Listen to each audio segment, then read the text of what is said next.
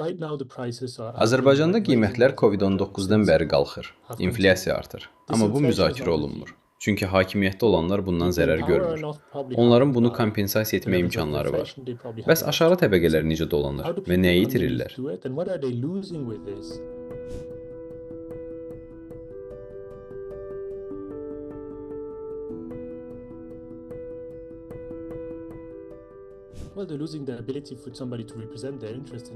Onlar maraqlarını müdafiə edəcək birinin olmasından məhrumdurlar. Onların adından danışacaq, qiymət artımına qarşı nəsə etməliyik, tədbir görməliyik deyəcək kimsə qalmır. Eyni zamanda QHT-lərin təqdim etdiyi sosial xidmətləri də itirirlər. Biz çox vaxt QHT-ləri yalnız siyasi fəaliyyətlə əlaqələndiririk. Amma bu doğru deyil. Məsələn, səhiyyə xidmətləri göstərmək də bəlkə siyasi sayılır. Məişət zorakılığına məruz qalan qadınlar üçün sığınacaq yaratmaqda. Amma bunlar hamısı ya yox olub, ya da varsa, çox ciddi şəkildə dövlət nəzarəti altında fəaliyyət göstərir.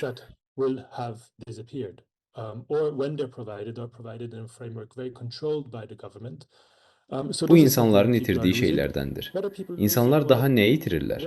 Məsələn, ətraf mühit çirklənməsi baş verəndə, 2023-cü ilin iyununda söyüdlü etirazları zamanı hökumət bunu açıq göstərdi. Əgər siz sağlamlığınıza, yaşadığınız mühitə təsir edən çirklənməyə qarşı etiraz etsəniz, həbs olunacaqsınız və ən yaxşı halda yüksək cərimələrlə inzibati cəza alacaqsınız. Yəni, insanlar artıq etiraz etməyəcək. Mesajı aldılar.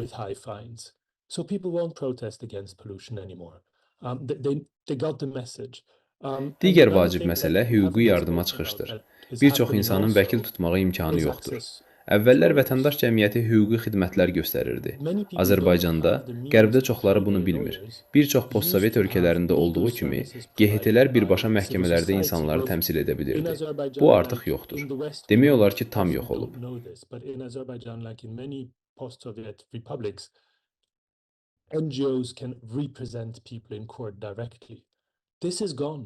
İndi təsəvvür edin, dövlət qurumu ilə mübahisəniz var. Məsələn, hesab edirsiniz ki, sizdən artıq vergi tutulub, yaxud evinizin qarşısından yeni yol çəkmək istəyirlər və bu sizin mülkiyyətinizə zərər verəcək. Nə edəcəksiniz? Hüquqlarınızı müdafiə etmək üçün hara müraciət edəcəksiniz?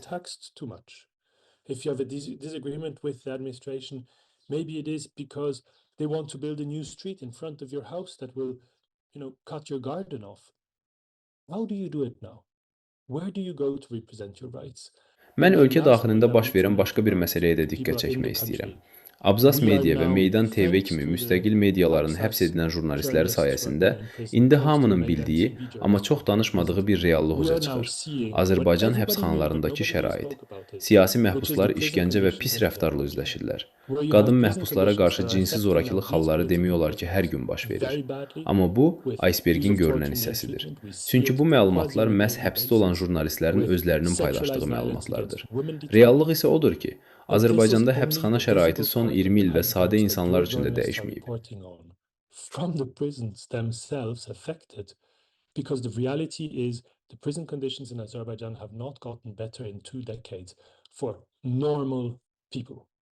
Sadə insanlar, cinayət törədən və ya çətin həyat şərtlərində səhv edənlər hələ də pis rəftarla üzləşir.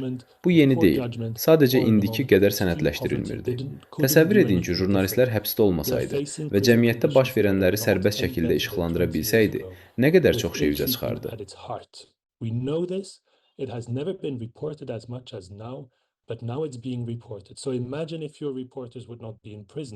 But could report about what is happening in society overall.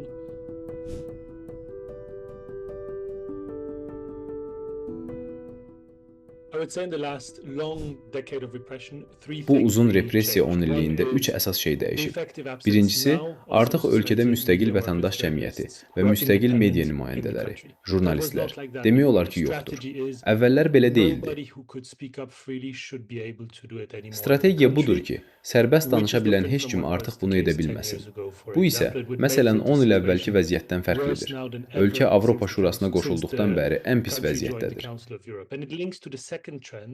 İkinci tendensiya, insanların ölkədən getməyə məcbur edilməsi, faktiki olaraq özlərini sürgünə göndərməyə məcbur qalması ilə bağlıdır. İndi xaricdə yaşayan geniş bir vətəndaş cəmiyyəti, media və jurnalist icması var. Hökumət bunu niyə edir? Öz narrativini gücləndirmək üçün. Güya bu insanlar xarici maraqlara xidmət edir. Halbuki onlar hədələnir və buna görə ölkəni tərk edirlər. Bu müstəqil səsləri aradan qaldırmaq üçün ümumi strategiyanın bir hissəsidir. Bu da yetərli olmayanda son 2-3 ildə yaranmış yeni tendensiyadır. Transmilli repressiya başlayır. Yəni repressiyanın beynəlmiləlləşməsi, xaricə gedənlərin ailə üzvlərinə təzyiq göstərilməsi. Biz bunu getdikcə daha çox qiyabi məhkəmələr vasitəsilə görürük.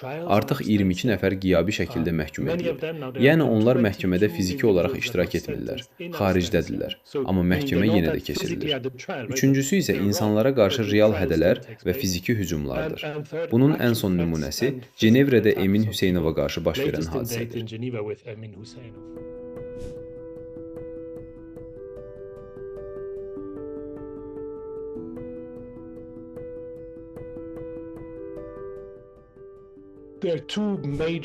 Məncə iki əsas fərq var. Birincisi, ölkə daxilində tam cəzasızlıq hissinin hökmranlığıdır. Hökumət sərbəst danışan hər kəsə qarşı tədbir görür və özünü toxunulmaz hesab edir. Bu isə ikinci tendensiya ilə möhkəmlənir.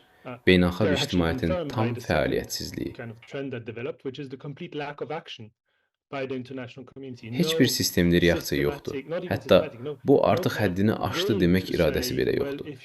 Bir neçə ay əvvəl Əlikərimli həbs olunanda düşündüm ki, bu artıq çoxdur. Doğrudan da belə düşündüm. Son 20 ildə Azərbaycan müxalifətinin simvolik liderlərindən birini, bəlkə də xaricdə ən çox tanınan 3-cü və ya 4-cü azərbaycanlını həbs edirsənsə, deməli artıq həddi aşmısan.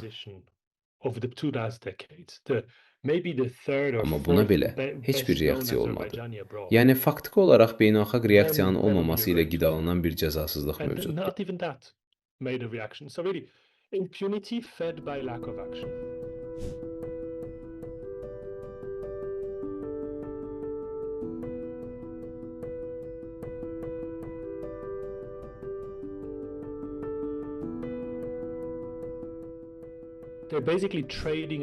Onlar prinsiplərdən imtina ediblər. 2025-ci ilin dekabrında biz Avropa İttifaqının Azərbaycanla münasibətlərini necə dəyişdiyini araşdıran bir hesabat dərc etdik. Avropa İttifaqı tədricən prinsiplərdən çox ticarətə üstünlük verməyə başladı. Əlbəttə, başa düşürük ki, Avropa İttifaqının iqtisadi maraqları var və eyni zamanda öz dəyərlərini təşviq etməlidir.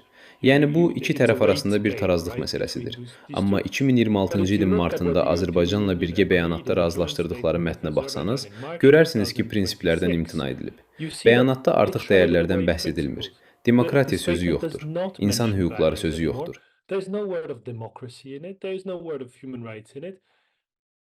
Əksinə, bəyanat Azərbaycan hökumətinin dilini mənimsəyir. Daxili işlərə hörmət, suverenliyə hörmət. Niyə bunu edirlər? Niyə prinsiplərindən imtina edirlər? Çünki neft, qaz və qısa müddətli iqtisadi maraqları var.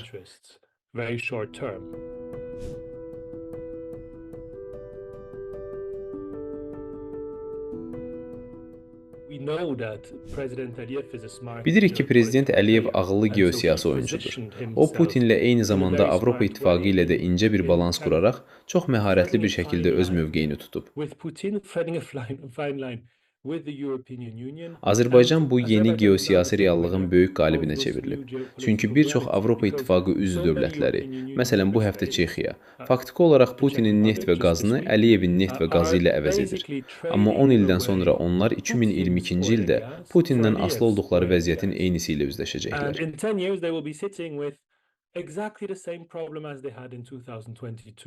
Çünki hər şey göstərir ki, Azərbaycan rejimi liberallaşma yolunda deyil, əksinə daha da sərtləşmə yolundadır. Bunun dəyişəcəyinə dair isə heç bir əlamət yoxdur. Yəni hazırda neft və qaz investisiyalarını və bu ticarəti üstün tutan ölkələr özlərini 2022-ci ildə Rusiya ilə bağlı yaşadıkları problemin eynisinə sürükləyirlər.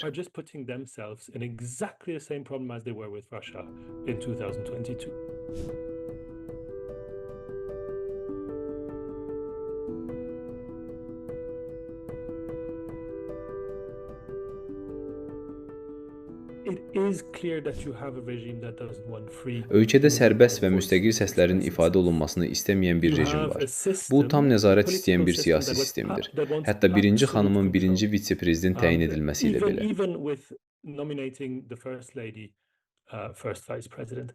Yəni tam nəzarət sistemi mövcuddur və bu beynəlxalq ictimaiyyətə göstərməlidir ki, onların tərəfdaşı artıq demokratik idarəetmə məkanını tərk edib və bu istiqamətdə heç bir addım atmır. Belə olan halda beynəlxalq ictimaiyyət özünə sual verməlidir. Biz bununla nə edirik?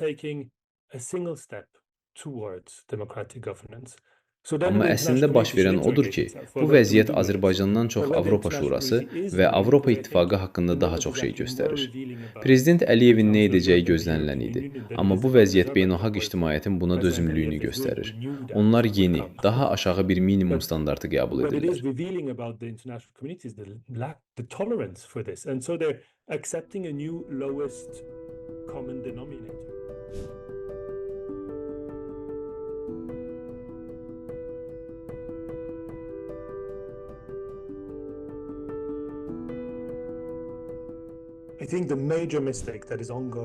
Məncə əsas səhv və bu səhvin nəticələrini gələcək 10 illikdə də yaşayacağıq, Putinin neft və qazını Əliyevin neft və qazı ilə əvəz etməkdir. Neft və qaz eyni qoxuyur, mahiyyəti də eynidir. Hamıya məlumdur ki, Azərbaycan Rusiyadan enerji alıb Avropaya ötürür. Bu strateji səhvdir. Bəli, məsələ mürəkkəbdir. Avropanın ümumiyyətlə neft və qazdan uzaqlaşmasını tələb edir. Bu əlbəttə çətindir. Heç kim demir ki, bu asandır. Amma Avropa İttifaqının və bəzi üzv dövlətlərin Rusiya neft və qazını güya Azərbaycan neft və qazı ilə əvəz etməsindən məmnun qalması böyük yanlışdır.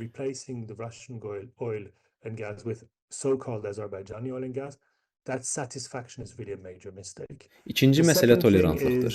Çox da uzaq olmayan keçmişdə Avropa Şurasının ən yüksək mükafatını almış, onun tərəfindən tərəfdaş kimi tanınmış bir şəxsin həbs olunmasına Avropa Şurasının sıfır reaksiya verməsini təsəvvür etmək belə mümkün deyildi. Amma Azərbaycanda belə hallar var.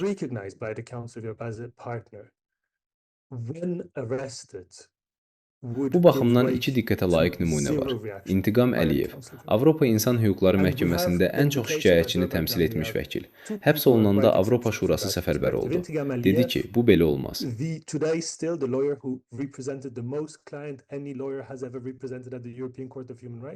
Bəli, onun azadlığa çıxması 3 il çəkdi, amma nəticədə çıxdı. Və bu müxtəlif səviyyələrdə, o cümlədən Avropa Şurasının baş katibinin şəxsi müdaxiləsi ilə mümkün oldu. Digər tərəfdən Anar Məmmədli var. O da Avropa Şurası tərəfindən mükafatlandırılıb. Uzun illər bu qurumla əməkdaşlıq edib. O eyni ittihamlarla ikinci dəfə həbs olunur. Halbuki, bu ittihamların siyasi motivli olduğu Avropa Məhkəməsi tərəfindən artıq tanınıb və daha əvvəl ləğv edilib. Eyni ittihamları yenidən irəli sürürlər və Avropa Şurası tam susur.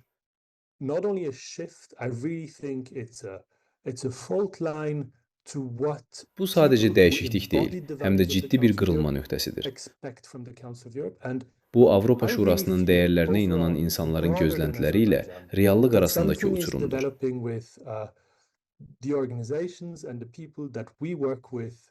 Mən çox narahatam ki, insan hüquqları müdafiəçiləri və hüquqşünaslar artıq bu sistemə inamlarını itirirlər. Əgər onlar inamını itirərsə, bu sistemə kim inanacaq?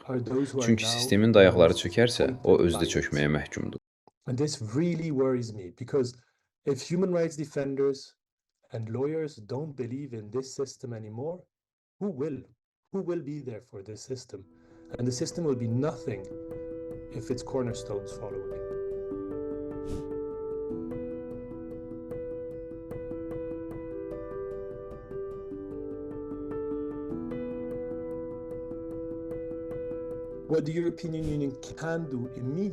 Avropa İttifaqının dərhal edə biləcəyi şey, Azərbaycanla gələcək əməkdaşlıq üçün şərtlər siyahısını müəyyən etməkdir.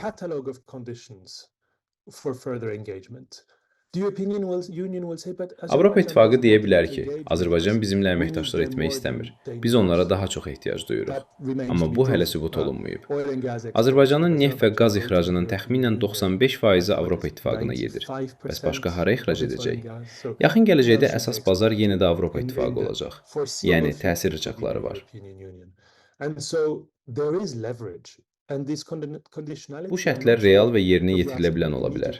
Məsələn, beynəlxalq təşkilatların ölkəyə geri buraxılması kimi bir tələb qeyri-mümkün deyil. Belə meyarlar müəyyən etmək olar və bu irəliyə doğru yol açar. Bu baxımdan Avropa Parlamenti öz işini görüb, çünki qətnamələrində bu cür şərtlər irəli sürüb. We want you to allow international organizations back into the country. That is not an impossible benchmark. Avropa Şurasına gəlincə, burada məsələ daha sadədir. Çünki Avropa Şurası geopolitik qurum deyil. Onun əsas məqsədi Avropa İnsan Hüquqları Konvensiyasıdır. Başqa mandatı yoxdur. Əgər konvensiyanın pozulması kritik həddə çatarsa, onda bir alət var, 52-ci maddə. Bu, baş katibə, siz həddi aşmısınız demək imkanı verir. Çünki baş katib bu hüquqi çərçivənin qoruyucusudur. Bu alət istifadə olunmalıdır. The Council of Europe's foundations, the Council of Europe's raison d'être is the European Convention on Human Rights. It doesn't have another mandate. That's its mandate. Əlbəttə, bu dərhal vəziyyəti dəyişməyəcək, insanları azad etməyəcək, işgəncəni dayandırmayacaq. Amma bu faktları ən yüksək səviyyədə sənədləşdirəcək və heç bir ölkə bunu istəmir. Which is a tool made available for the Secretary General to say you are going too far. Mən sadəcə düşünürəm, niyə bu edilmir? Niyə alətimiz yoxdur deməyə daha çox vaxt ayrılır, nəinki mövcud alətləri işlətməyə? So when you go too far, you have the imminent body of the Council of Europe, the Secretary General. Bu asan deyil. Heç kim demir ki, asandır. Mən də kiməsə dərs keçmirəm. Sadəcə deyirəm, gəlin bu alətləri sınayaq.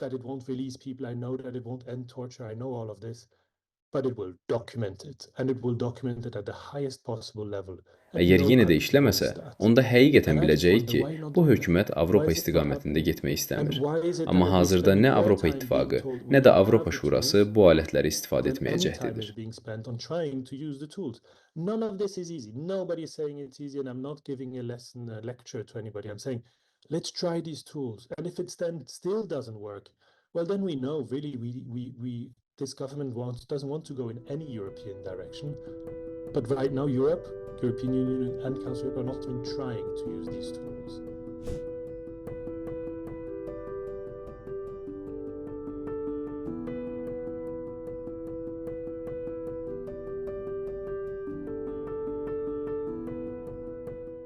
The RSF index just confirms the sliding that RSF indeksi sadəcə Azərbaycanın demokratiya ilə bağlı bütün göstəricilərdə geriləməsini təsdiqləyir. Amma əsas fərq ondadır ki, Azərbaycan artıq Avropada açıq fərqlə sonuncu yerdədir. Azərbaycan is now the last European country by a mile, by far. RSF qədər etibarlı indeks, etibarlı qlobal insan haqları GHT-si yoxdur və cəmiyyət üçün media nümayəndələri və jurnalistlərdən daha vacib bir iş yoxdur. More important to the cohesion of society, more important job than media workers and journalists. Avropa Şurasının rəhbərliyi üçün daha nə lazımdır ki, hərəkətə keçsinlər? Daha neçə indeks aşağı düşməlidir? Azərbaycanın son bir ildə 15 bal itirdiyini görəndə Abzas Media jurnalistləri barədə düşünürəm. Çünki indeks buna görə aşağı düşür. Bu, jurnalistlərin həbsi, məhkum edilməsi və ağır şəraitdə saxlanılması, döyülmələri, zorlanma ilə hədələnmələri, tibbi yardımdan məhrum olmaları ilə bağlıdır. İndeks sadəcə rəqəmdir, arxasındakı reallıq budur. Və əlbəttə ki, artıq Azərbaycanda ölkə daxilində fəaliyyət göstərən müstəqil media yoxdur. That's why. The index is just one thing, the reality behind it.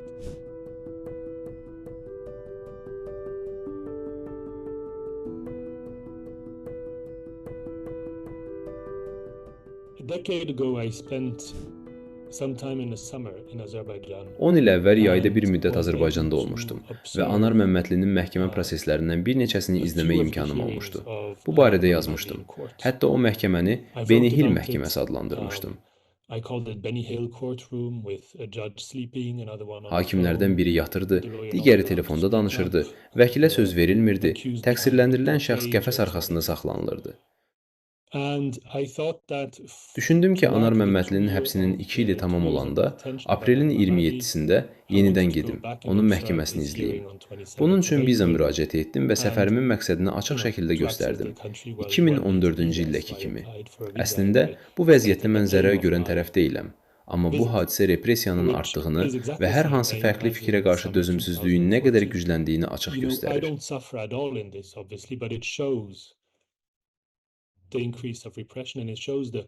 Son olaraq, bu həm də indi həbsdə olan dostlarımızın və həmkarlarımızın nə qədər tək qaldığını göstərir. Çünki 2016-cı ildə Anar Məmmədli azadlığa çıxanda mənə demişdi: "Sizi məhkəmə zalında gördüm və bu mənə yaxşı təsir etdi." İndi isə onlar məhkəmədə demək olar ki, heç kimi görmürlər. Bəlkə bir neçə beynəlxalq müşahidəçi olur, amma tanıdıqları, onlara güc verən simaları görmürlər. Halbuki həmin insanların varlığı onlara "biz sizinləyik" mesajını verirdi.